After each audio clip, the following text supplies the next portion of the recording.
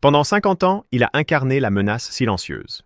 Celui qu'on ne voit pas parler, mais qu'on ne peut pas ignorer. Le colosse impassible qui brise des colonnes vertébrales sans changer d'expression. Mais derrière ce masque de pierre froide, Bolo Yeung regardait. Il enregistrait tout. Les lâchetés, les impostures, les corruptions qui gangrènent Hollywood jusqu'à la moelle. Et aujourd'hui, la bête ouvre enfin la bouche. 30 vérités noires vont tomber, une par une, comme des coups de massue. Des révélations qui démantèlent les légendes fabriquées, exposent les faux guerriers et soulèvent le voile sur un mystère que les autorités ont tout fait pour enfouir. La véritable raison pour laquelle Bruce Lee a été réduit au silence. Restez jusqu'au bout. Les dernières vérités sont les plus dangereuses. Abonnez-vous, likez et dites-nous en commentaire ce que vous savez déjà. Mais avant d'entrer dans le cœur des ténèbres, il faut d'abord traverser l'antichambre des mensonges. Parce que pour comprendre pourquoi Bruce Lee a été éliminé, il faut comprendre le monde dans lequel il évoluait. Un monde de façades clinquantes, de brutes habillées en héros et de voleurs portant des médailles. Bolo Yeung a côtoyé ce monde de l'intérieur. Et dans ses témoignages, les plus récents, les plus crus, les plus libérés, il a tout dit. Commençons par les 3 grandes impostures, les 3 hommes que le cinéma a couronnés rois des arts martiaux, et que Bolo a vu de près pour ce qu'ils étaient vraiment. Jean-Claude Van Damme. Le monde entier a découvert ses muscles dans Bloodsport, ce film de tournoi de combat présenté comme un chef-d'œuvre du genre. Mais pour Bolo Yeung, l'homme qui se tenait face à lui sur ce ring de cinéma, la réalité était d'une toute autre nature. Le héros de l'histoire n'était pas un guerrier, c'était une illusion chimiquement entretenue. Van Damme n'est pas arrivé sur le plateau en artiste martial discipliné, prêt à en découdre. Il est arrivé comme un fêtard désorganisé, alimenté par la poudre blanche de Hollywood.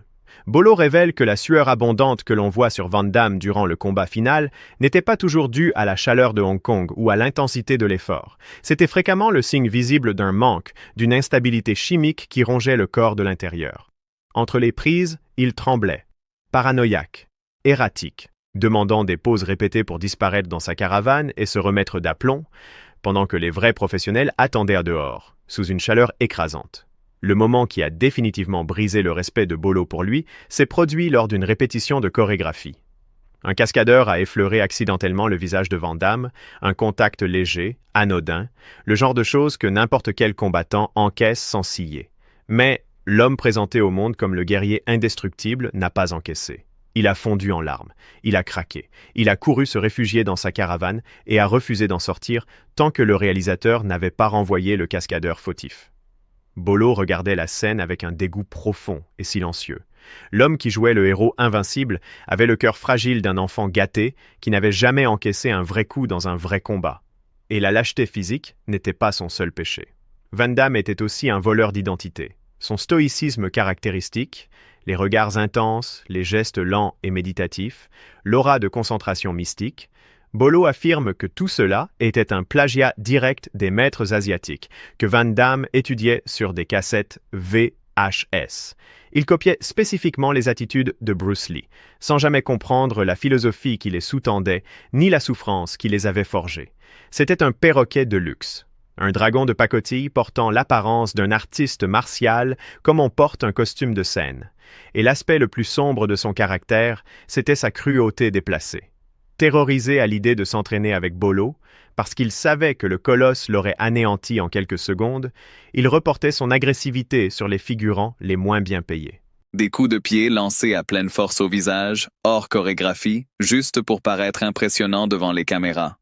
Il a laissé derrière lui des nez fracturés, des commotions cérébrales, des dents brisées, des blessures que le studio a étouffées à coups de milliers de dollars. Pour Bolo, c'était impardonnable. Un vrai maître protège les plus faibles. Une brute les écrase pour se sentir puissante.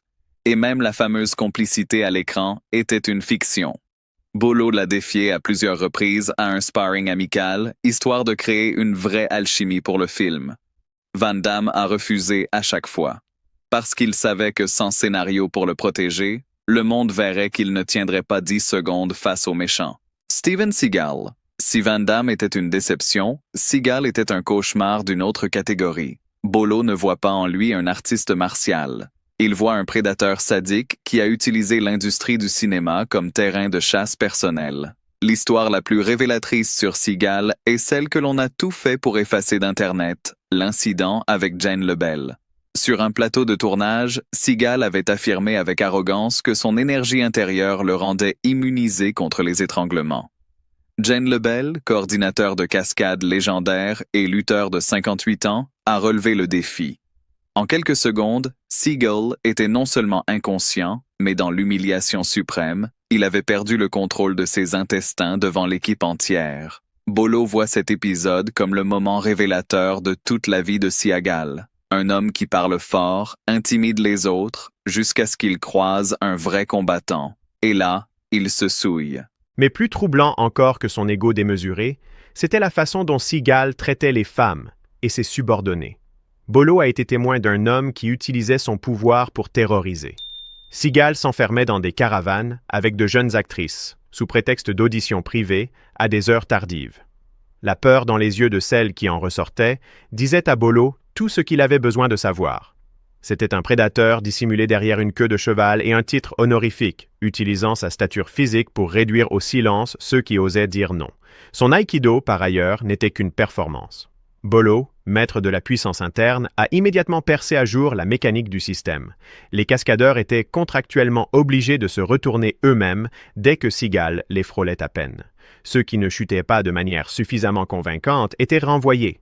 Bolo appelle ça la danse des lâches. Des hommes qui tombent pour un chèque de paie, pour faire paraître un homme lourd comme quelqu'un de rapide. Et cette fausseté s'étendait au sadisme pur. Seagal aimait la douleur, mais uniquement celle qu'il infligeait à ceux qui ne s'y attendaient pas. Il avait la réputation d'inviter des étudiants ou des fans enthousiastes dans son dojo pour une démonstration, puis de leur briser des articulations ou de les frapper à l'entrejambe avant même que l'exercice n'ait commencé. Il appréciait le son des ligaments qui claquent. Pour Bolo, c'est le péché ultime dans les arts martiaux. Se servir de sa connaissance pour briser les innocents plutôt que pour les protéger. Seagal était aussi un voleur culturel. Se pavanant en robe de soie, bredouillant un japonais approximatif, se proclamant lama réincarné ou homme saint. Pour Bolo, c'était l'insulte suprême à un héritage millénaire. Seagal portait la culture asiatique comme un déguisement de carnaval, en profitant du mystique tout en piétinant chaque principe d'honneur, d'humilité et de respect que cette culture incarne. David Carradine.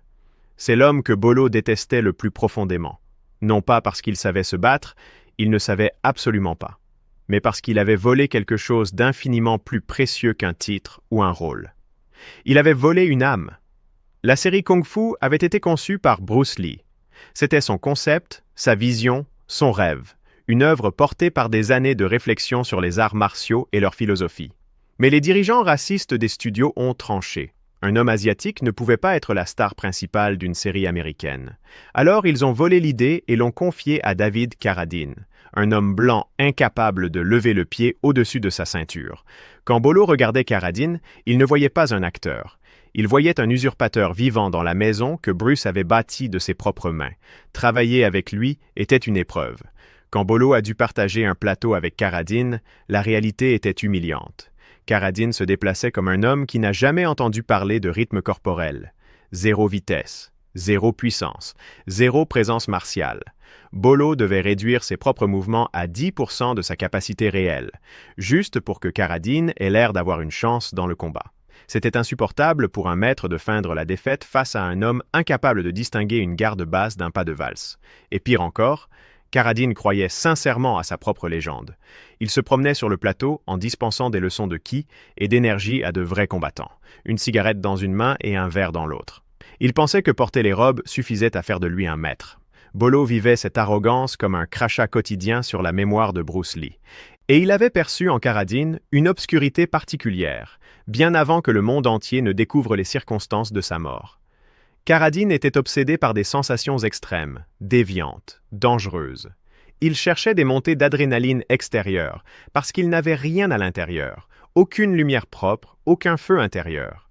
Bolo ressentait autour de lui une énergie de destruction lente, un homme qui se consumait dans l'ombre.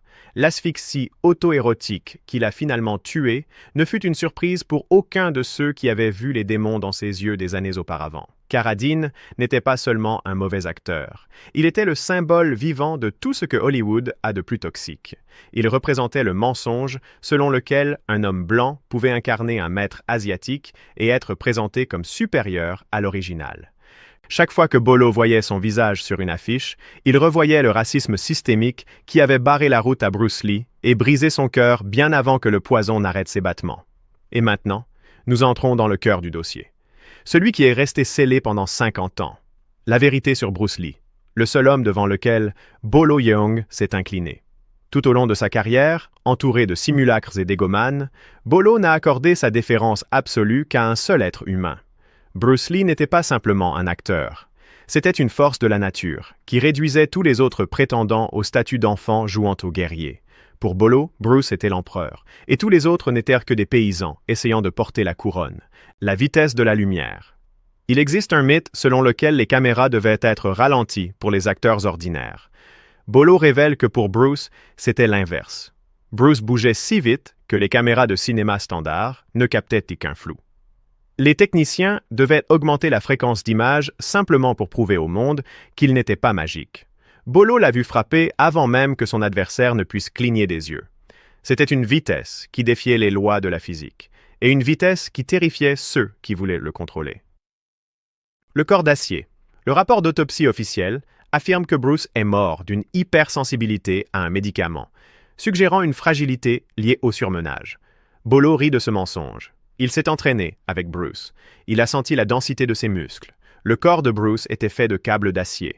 Un homme avec 0% de graisse corporelle, un cœur de lion et une discipline de moine ne s'effondre pas à cause d'un cachet contre le mal de tête. Ce récit officiel n'a jamais tenu la route, et Bolo le sait mieux que quiconque. La promesse brisée. Ils avaient un pacte. Bruce avait juré d'emmener Bolo en Amérique pour construire ensemble un nouvel empire, un monde où les arts martiaux seraient respectés, pas moqués. Sa mort n'a pas seulement tué un homme, elle a tué une révolution en construction. Bolo porte le poids de ce rêve inachevé chaque jour de sa vie, le dragon solitaire. Au sommet de sa gloire, Bruce était entouré de parasites, des gens qui convoitaient son argent, sa renommée, son énergie. Des milliers de fans criaient son nom dans les rues, et pourtant, presque personne à qui il pouvait confier sa vie. Il était l'homme le plus célèbre de la planète, et l'un des plus seuls. L'ombre des triades. Bolo connaissait les rues de Hong Kong mieux que n'importe quel étranger. Il savait que les syndicats souterrains, les triades, voulaient leur part du succès grandissant de Bruce. À mesure que la célébrité de Bruce explosait, la pression montait en proportion. Bolo a vu les convocations auxquelles Bruce refusait de répondre. Le dragon devenait trop grand pour être ignoré, et les requins commençaient à tourner. Le refus de se soumettre. Bruce était têtu, et cette obstination fut peut-être sa condamnation. Il refusait catégoriquement que ses films servent à blanchir l'argent sale des syndicats criminels. Il refusait d'être la marionnette de producteurs liés à la pègre. Son indépendance était son arme la plus dangereuse, et son talon d'Achille. Il leur a dit non, et dans ce monde-là, prononcer ce mot peut vous coûter la vie. La paranoïa des dernières semaines. L'énergie avait changé. Bolo l'a senti avant même que Bruce ne le reconnaisse. Le dragon ne regardait plus seulement devant lui, il regardait derrière lui. Il avait commencé à porter une arme, chose rarissime pour un maître des arts martiaux.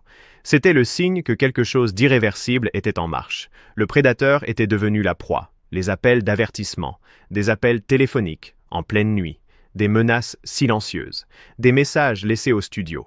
Bruce tentait de les dissimuler pour protéger ceux qui l'entouraient. Mais Bolo a vu la peur dans ses yeux, pour la première et unique fois. Ce n'était pas des intimidations en l'air, c'était des comptes à rebours. La première tentative. Des rumeurs persistent autour d'un incident survenu sur un plateau plusieurs mois avant sa mort. Une défaillance suspecte, avec un accessoire qui avait failli le tuer. Bolo ne croit pas à la version officielle de l'accident. Pour lui, c'était un test. Une façon de sonder ses défenses, de mesurer sa vulnérabilité réelle avant de passer à l'acte final. L'ambulance retardée. Revenons maintenant sur la nuit de sa mort. Pourquoi a-t-il fallu si longtemps avant que les secours soient appelés? Bolo remet en question chaque minute de cette chronologie. Sa conviction est que Bruce était déjà mort bien avant que les ambulanciers ne soient alertés. Ce délai n'était pas le produit de la panique ou de la confusion. C'était une fenêtre de temps délibérément utilisée pour s'assurer que le travail était achevé. La scène nettoyée. Quand les autorités ont débarqué, quelque chose clochait. La pièce était trop ordonnée. Des preuves avaient été déplacées, des verres essuyés. La scène dans l'appartement de Betty Ting Pei avait été mise en scène pour ressembler à une tragédie intime, pas à une scène de crime. Quelqu'un avait rangé le meurtre avant l'arrivée de la police. Le poison magique, l'hypersensibilité à l'équagésique, le médicament cité dans le rapport officiel, est pour Bolo un mensonge construit pour consommation publique. Ce qu'il soupçonne, c'est l'utilisation d'une neurotoxine rare et indétectable, employée par des tueurs professionnels opérant en Orient. Un poison conçu pour imiter une défaillance cardiaque naturelle ou un œdème cérébral, sans laisser la moindre trace exploitable par un légiste. On n'a pas battu Bruce Lee à mort. On a éteint son corps de l'intérieur. La chute des tyrans. Le temps est le juge le plus implacable qui soit, et son verdict est maintenant rendu. Regardez ceux qui se moquaient des vrais guerriers. Van Damme n'est plus le roi du box-office. C'est une étoile déclinante qui court après l'ombre de sa propre gloire. Seagal est devenu une caricature, une plaisanterie que même le milieu des arts martiaux ne prend plus au sérieux, réfugié dans des pays étrangers pour fuir sa réputation en lambeaux. L'empire de mensonges qui a tenté d'écraser les vrais combattants s'effondre lentement sous le poids de ses propres contradictions. Les masques sont tombés. Et le monde voit enfin ce qui se cachait dessous. Des hommes petits, projetant de grandes ombres, le gardien de la vérité. Et puis il y a Bolo Yeung.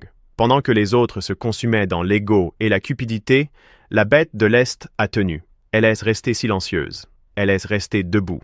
Aujourd'hui, même passé les 70 ans, Bolo possède une dignité et une puissance intérieure que les imposteurs n'ont jamais effleurée. Il a traversé la fosse aux serpents sans jamais en devenir un, en restant une roche immobile et indestructible. Il est le dernier témoin, le gardien ultime d'une époque qui ne reviendra jamais. Justice pour le dragon. En brisant enfin ce silence de 50 ans, Bolo Yeung a réécrit quelque chose d'essentiel dans l'histoire du cinéma et des arts martiaux. Bruce Lee n'était pas la victime d'un simple mal de tête. Il était un martyr de l'indépendance, un homme exécuté pour avoir refusé de plier. Il n'est pas mort en vain. Chaque fois qu'un jeune artiste martial refuse de se vendre, chaque fois qu'un acteur tient tête à un système corrompu, l'esprit du dragon se rallume quelque part dans le monde. Ceux qui ont arrêté son cœur n'ont pas pu arrêter son héritage. Et ça, aucune balle, aucun poison, aucun mensonge officiel ne pourra jamais l'effacer.